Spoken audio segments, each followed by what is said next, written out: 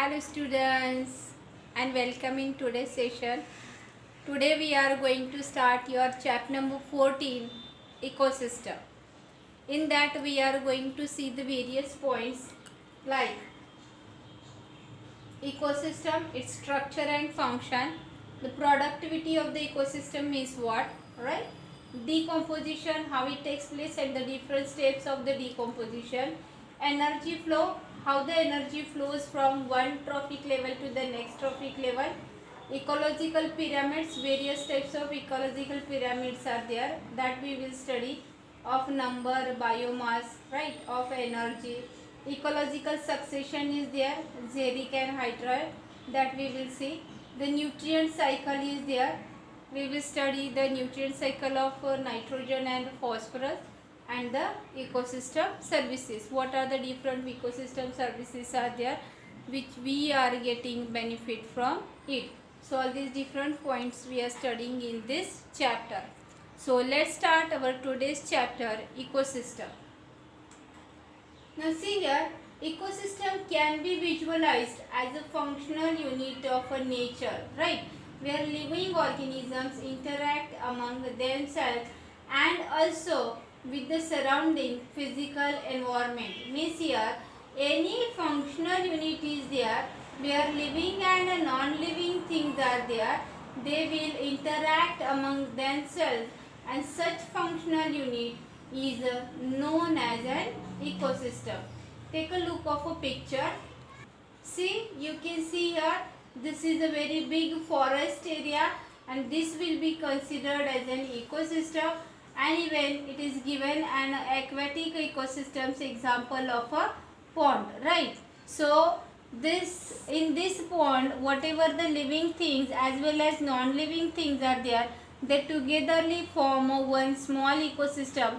And here if you will see, a very big area is covered into the ecosystem, but in both case you can see that the ecosystem in which the living things are also there and non-living things are also there, they will interact with each other, right? Two types of ecosystems are there. This is a terrestrial ecosystem or land ecosystem, and as it is in water, it is called as an aquatic ecosystem, right? See here, environment, biotic and abiotic components are there. Examples are given of biotic and abiotic component. Biotic components, in that organic matter, living thing, oysters, blue crab, zooplankton, phytoplankton, whatever the livings are there, they will come in this. Abiotic components, in that non-living things will be there, in that climate, non-living things, sunlight, temperature, nutrient enrichment, humidity, soil, everything it will be, right? And they will interact with each other, they are depend on each other, they rely on each other. Biotic component depend on abiotic components and abiotic components also depend on the biotic components. See, ecosystem varies greatly in size. It can be a small pond to a large forest or a sea also, right? Or even you can consider as a whole a biosphere as an ecosystem.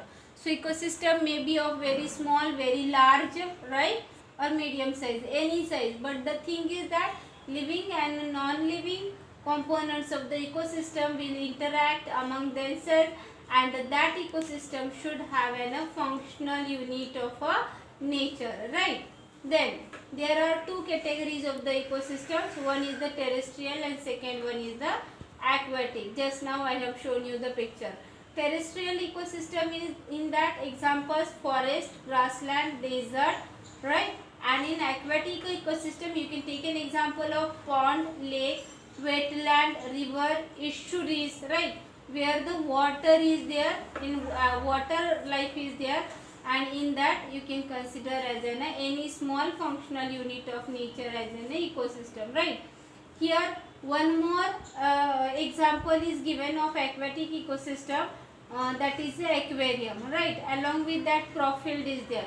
So aquarium, crop field, these are not the natural ecosystem, these are the man-made ecosystem. So you can consider this is an third type of ecosystem as a man-made ecosystem. Examples, crop fields or an aquarium, right?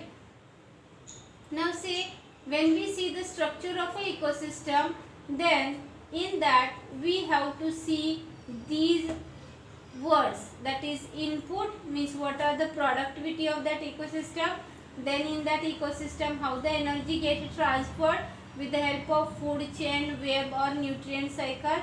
Then third one is the output of the ecosystem, whatever released out from that ecosystem, that is the degradation and the energy loss will come in the output. And next one is the relationship, means how the living organisms relate with each other, or maybe they will relate with the non-living things. The relationship between living and non-living, or the relationship among the living one, right? So this you can consider in the cycles, chains or webs, right? So this we will study when we are studying the structure of a ecosystem. Now see, ecosystem structure and function, right? So before only we have seen that in the ecosystem there are two major components of the ecosystem. One is abiotic and second one is a biotic. Now biotic means the living one and abiotic means the non-living one, right? Biotic and abiotic factors affected each other and their surroundings. Both will interact with each other, affected by each other, and even they will also affected by their surroundings, right? Whatever is their environment depend on that, right? The components in a more integrated manner, right? Whatever these components are there, they are more integrated with each other. Flow of energy takes place within this component of the ecosystem. And now in case of flow of energy, if you want to see, then take a first source of energy, that is nothing but the sun.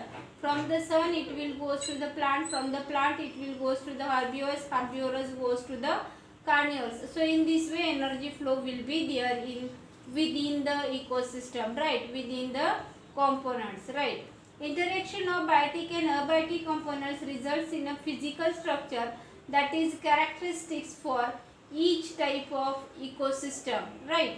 Now whenever there is interaction between biotic and abiotic components, because of these interactions, the whatever the structure will be formed, that will gives you a particular type of characteristics of ecosystem, right?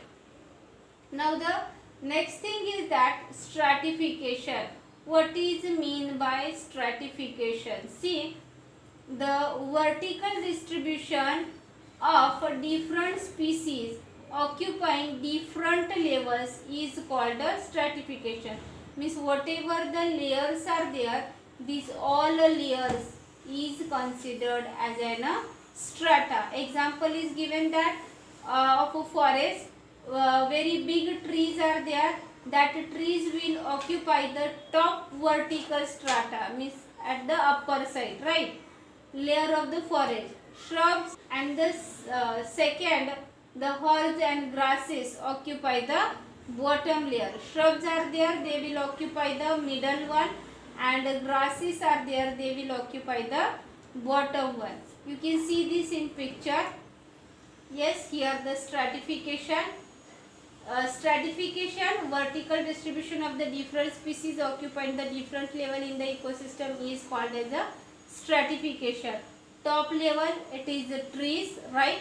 Then the shrubs, then herbs, and then grasses. So shrubs are here, herbs are here, grasses will be at the base level. Here the short trees are there, here the dense canopy trees are there, and here the tallest trees are there. So if you will see this forest, here we have divided into 6 different stratas, right? Tall tree, dense canopy trees, then short trees, then shrubs trees, then herbs, right? Below that you can consider a grass, right? So these are the different stratas or the layers of the forest, right? So must be you understand here what is mean by a stratification. Vertical distribution of the species occupation. This level if you will see there, only tall trees are occupied, right? In this level, if you will see, only dense trees are occupied.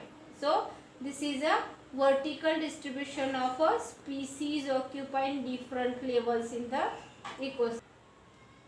So this is what a stratification, right? Then next one is the components of the ecosystem. If we see the components of the ecosystem, then see 4 points are given here, right?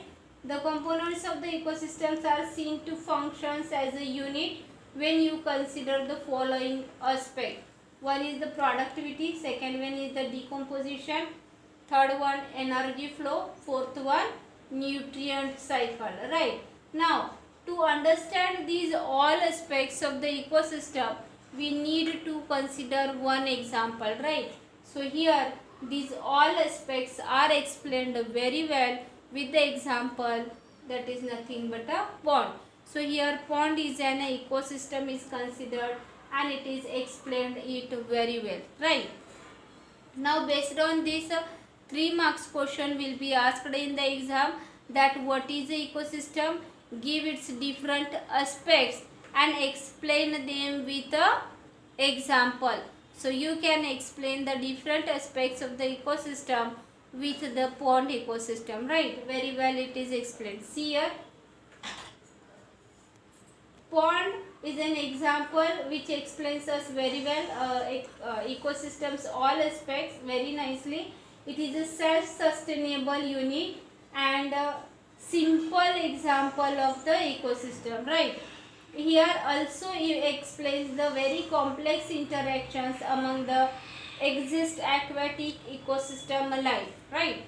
See, pond is a shallow water body in which all above mentioned 4 basic components of the ecosystem are well exhibited, right? Abiotic component is the water with all dissolved inorganic and organic substances and the rich soil deposit at the bottom of a pond. When we see the structure of a pond, in that the water, it is abiotic component, inorganic components are there, that is also abiotic component, but organic substances will be considered as an abiotic component. Then soil, it is abiotic component is there, right? So these biotic and abiotic components are given in the pond, right? Along with this, some more biotic components are also there, means aquatic plants are there, zooplanktons are there, phytoplanktons are there, fish are there, frog if it is there, all this will be included along with this. Now for this ecosystem, source of energy is required. So the one and only one source of energy, that is nothing but the sun. So solar input is there of the energy in this aquatic ecosystem. The cycle of temperature, day length and other climatic conditions regulate the rate of function of this entire pond, right? So these are the factors which will control the function of a pond, right? What is the temperature, what is the day length, how these climatic conditions are there, these all will decide the function of a pond ecosystem. Now see, the autotrophic components are there in the pond, that includes phytoplankton, some algae and floating, submerged and marginal plants, right? See, all these are the plants. So these plants, phytoplanktons and algae, all they are the producers, they are producing their own food, right? So these all are included in the autotrophic component, right? Now the consumers, second level is there, that is the consumers. They are represented by zooplankton and free swimming bottom dwelling forms of the consumers, that is nothing but the fish or anyone. Then decomposers are there, third level, right? In that fungi, bacteria, flagellates, non-flagellates, bacteria, everyone will included, right? Microorganism. They will be in large quantity at the bottom of a pond, right? So this is the decomposers. Now we have seen producers, then consumers and decomposes. Now the functions of these system, these are all components, biotic components, right? Now the system performs all functions of an ecosystem and of a biosphere as a whole, right? So whatever a whole biosphere carries out the functions, all that functions will be carried out by the pond itself, right? For example, say conversion of inorganic compounds into organic material with the help of radiant energy of the sun by the autotroph. This is done because we have seen the autotrophs are there in the pond ecosystem, right? Then consumption of the autotrophs by the heterotrophs. That also we have seen, that is consumers are present over there. Now these consumers are eaten up by the decomposers. So decomposition and mineralization process is also carried out in the pond by the decomposers, right? Dead matter is there that will get released all the nutrients back to the nature or back to the soil for the reuse of the autotrophs. In this way cycle will be completed, and all these events will repeat over and over and over again. So this is all moving in a cyclic manner, right? Only thing is that the sun's energy, that is only in a unidirectional movement, only one direction, means only sun's input is there in the pond, right? It is not going back to the sun. So this is unidirectional movement of energy is there from the sun to the autotrophs to the consumers to the decomposers. It will goes towards the higher trophic level, topmost one, that is the decomposers one, right? Next point is productivity. Now what is mean by the productivity of an ecosystem? Means this ecosystem how much it produce biomass, right? This will be considered. Now production of a biomass means definitely we will think about the producer, means all green plants are there, right? Autotrophs are there because they are only there those who are producing their own food, right? But it's not like that. They are there, they are producing their own food with the help of sunlight, chlorophyll and inorganic component. Means they will produce a food or a biomass, right?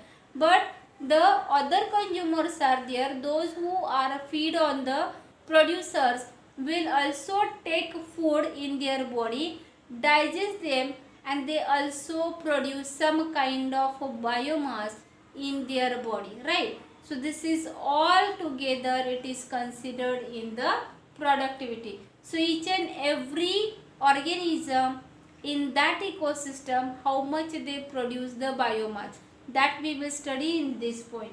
So see the productivity, two types are there, primary productivity and the secondary productivity. So what is mean by primary productivity? See, the primary production is defined as the amount of biomass or organic matter produced per unit area over a time period by plants during photosynthesis. See, this is the primary productivity. First, you have to consider the definition of the primary productivity. So, amount of biomass, how much biomass or organic matter is produced, right? Now, for that also you have to consider an unit area as well as a time period, right? So, produced per unit area over a time period, right? And that is nothing but it is called as a primary productivity. Amount of biomass produced per unit area over a time period is called as a primary productivity, right? And this is produced by the process of photosynthesis, this you know. Now this will be expressed in terms of weight, right, per gram, right, per gram square, or energy, it will be kilocalories per meter square, right. Rate of biomass production is called as the productivity. At what rate the biomass will be produced in the ecosystem is nothing but a productivity. So it will be per time, right. So whatever weight is there, gram per whatever the time is there, per day, per month, per week, per year, right. or if it is in the form of energy, then kilocalories per meter square per year or per month, per week, per day, whatever time will come, then it will be called as a productivity, rate of biomass, right? Per day or per week, how much amount of biomass will be produced, or per year how much amount of biomass is produced, that is nothing but the productivity of that unit. So it will be expressed in terms of grams per gram square per year, right? Or kilocalories meter square per year, right? So this is what the amount. Compare the productivity of two different ecosystems. We can divide this gross primary productivity and net primary productivity, right? This whatever the total productivity is there, it will be divided into the two types, that is the gross primary productivity and the net primary productivity. Now what is mean by gross primary productivity? Gross primary productivity of an ecosystem is the rate of production of organic matter during photosynthesis, means whatever is total formed, right, that during the photosynthesis this full total formed is there, that is a gross primary productivity. Now whatever the plant will produce the food, that will not all together will be stored. Among that something will be used by them for the respiration, for their growth, right? So that should be minus, and the extra one is there, that will be stored.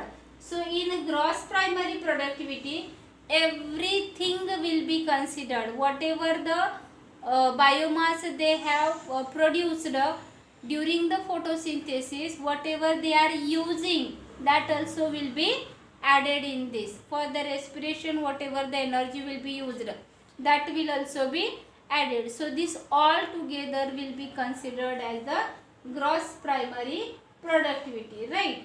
So now from this gross primary productivity, some of the production or energy is there, that will be utilized by the plants for the respiration, right?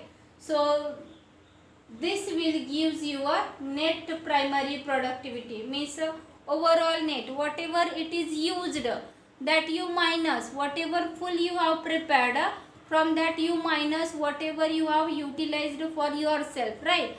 And whatever net over balance is left over, that you can consider as a net primary productivity. So in simple, GPP, gross primary productivity, minus respiration R, because during the respiration energy will be utilized, so there it is a loss, right? So that you minus from that, and is equal to whatever amount is left, that will be net primary productivity, that is NPP. See here, gross primary productivity minus respiration loss is the net primary productivity. Equation is given here. GPP minus R is equal to NPP, or GPP is equal to NPP plus R. You can write NPP plus R is equal to GPP, right? So net primary productivity is there. This net primary productivity will be available as an biomass for the next trophic level, that is nothing but the consumers, or for the heterotrophs. So those who are feeding on the plant, or the organism, those who are taking food from the plant. So that food is nothing but the net primary productivity of that plant, which is used or passed to the next trophic level. Secondary productivity, this will come as a secondary productivity. Up to this we have done a primary productivity, right? So here the secondary productivity, means it will be start from the consumers. Secondary productivity is defined as the rate of formation of new organic matter by consumers, not the producers, right? Whatever the producers will be formed, that will be the primary productivity, because they are the first producers one. So that will be primary productivity.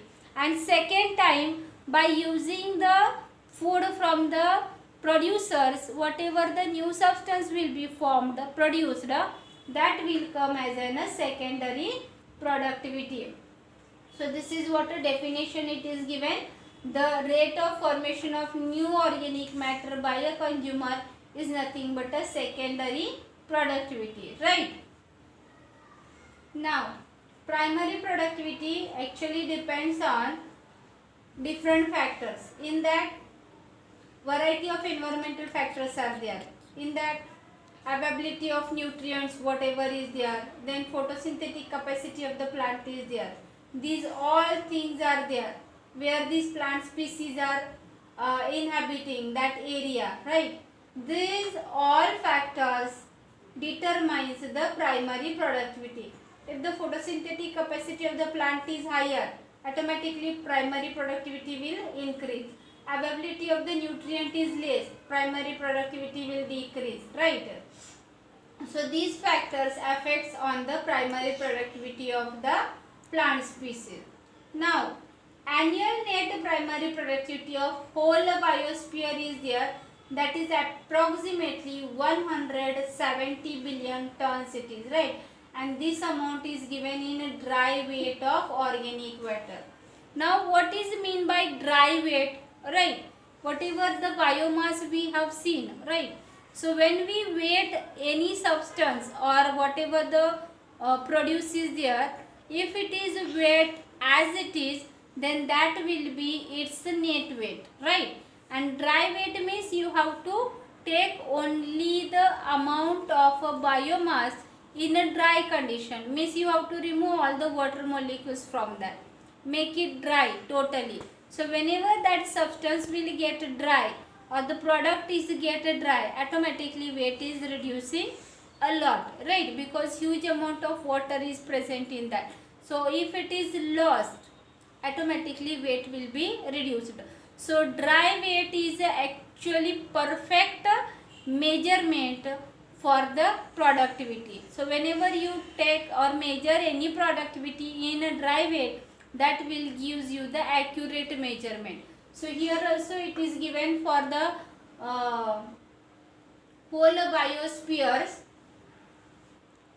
productivity, it is in 170 billion tons in a dry weight of organic matter, right? Now if you consider, then in that on the earth near about 70% of the surface is there that is occupied by the water, means ocean. Aquatic ecosystem is more, right? But if you check the productivity of this aquatic ecosystem or the ocean, it is only 55 billion tons, right? And out of this 170, you just minus the 55 billion from that, then remaining one is the 115 billion tons. This much productivity is from the land. Actually the land is of only 30% area, right? Then also it gives a huge amount of productivity. Now why there is a such difference? Area is small, then also productivity is more in case of terrestrial ecosystem. But if you check the aquatic one, then the surface area occupied is near about 70%, then also productivity is very less, right?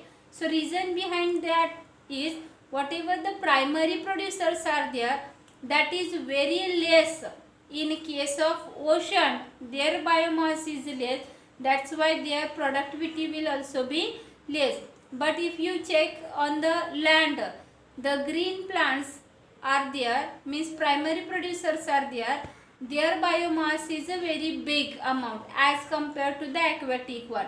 Automatically their productivity will be higher, right? So this is what the reason is here. Next component of the ecosystem is that nothing but the decomposition, right?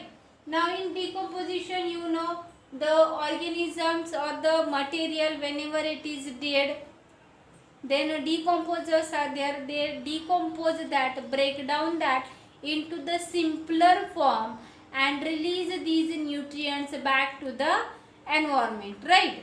So this will happens in the decomposition. Now the organisms who carry out this process is known as the decomposers.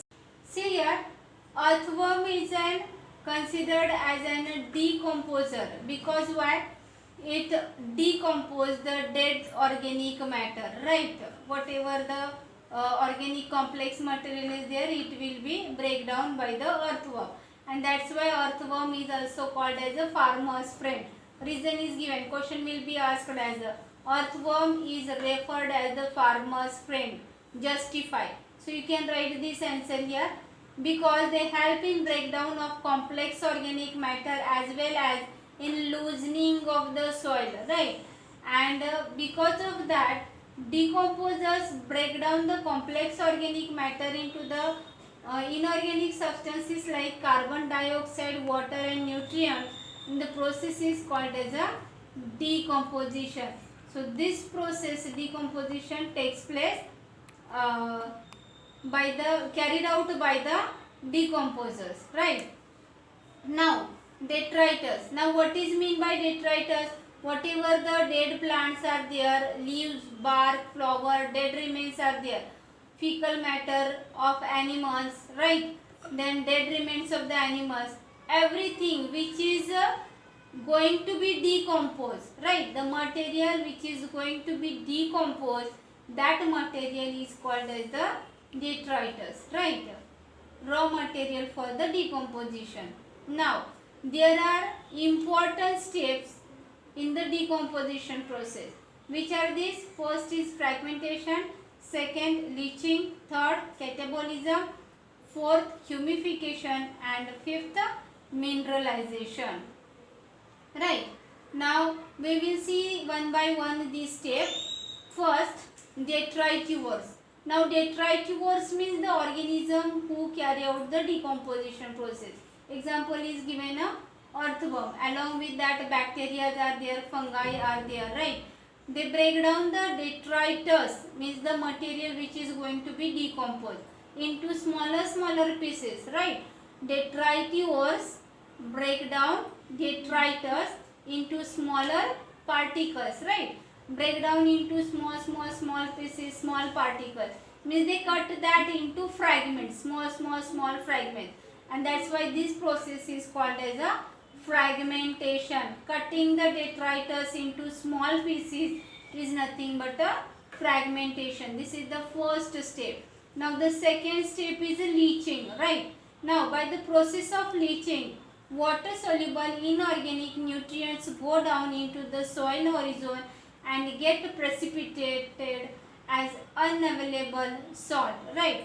Leaching means the whatever the nutrients are there, they will get soluble into the water and go along with the water into the ground, becomes unavailable salt. This is what it is called as a leaching. Third is that catabolism. Now what is mean by catabolism? Bacteria, fungal enzymes degrade detritus into simpler inorganic substances. Means what it is? Digestion or breakdown. This digestion or breakdown of the detritus into the simpler form is known as a catabolism, because the same process also takes place in our body also. When we digest the food, when we take the food, it is in the complex form, and during the digestion we break down into simpler form, and this breaking down complex molecule into the simpler small molecule is known as the catabolism. Same thing happens over here, right? This complex detritus is there, it will be get digested and broken down into the small simpler molecule. That is what it is called as a catabolism. This is the next step of the decomposition process. Next is that humification. Now what is mean by humification and mineralization?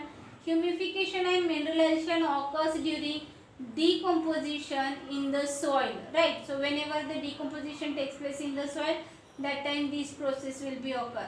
Now humification leads to accumulation of dark colored amorphous substance is called as a humus. Means whenever the humus will get accumulate, then that is called as the humification, humus is accumulated, formed, collected, right? Then it is called as a humification.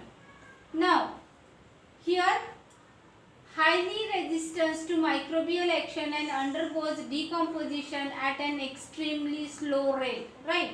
Humus, it is resistance to microbial action, means it will not decompose very fast, it will remain as it is for long time, because here decomposition process will be carried out very slowly, right?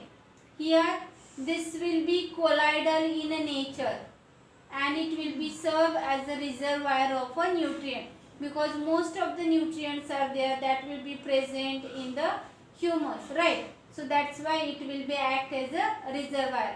That's why majoritarily humus will be provided to the soil to make it more fertile.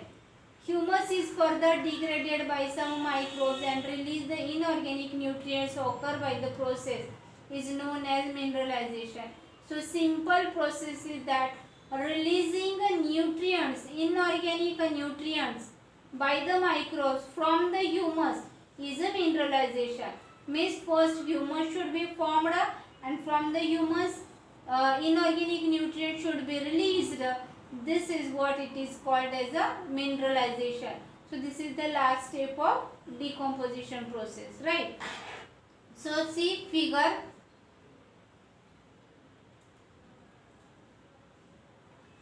See, this is the tree grows in soil, means whatever the nutrient is required, that is they are taking from the soil. When it grows, the parts may get fall down. Suppose this is the waste part from the plant, right? So the green leaf falls to the ground. Some of the bacteria are there, insects are there, animals are there. They will eat this leaf. So some are eaten by the insect, other animals, nutrients, energy enter in a food web, right? As it is eaten by the insect, the energy from the leaf will be entered into the insect body, right? Next, see that whatever the leftover leaf is there, that may get decomposed by the decomposers, right? So leaves partially consumed by the decomposers such as fungi and bacteria, and they begin to lose form and become a litter, right? Then some nutrients leaches into the soil by chemical action. So whatever the chemicals are there from that leaf, they may get entered into the soil. Even the same over here, further decomposition by the microorganisms, earthworm, bacteria, soil, millets, fungi, it is there. They will do that and leave these all nutrients finally into the soil, and from the soil once again it will be absorbed by the tree. So in this way the nutrients will get rotate in the cyclic manner due to the action of these various things. So this diagram represents the decomposition cycle in the terrestrial ecosystem. Now see here, decomposition is largely an oxygen requiring process. The rate of decomposition is controlled by chemical composition of detritus and climatic factors. Means how much fast decomposition will be takes place. This is depend on the chemical composition of the detritus, right? If it is rich in the slow decomposing material, then it will take time to decompose, right? Climatic factors are favorable for the decomposition process, then it will be faster. If it is unfavorable, again the decomposition process will be slower. See, in a particular climatic condition, decomposition rate is slower.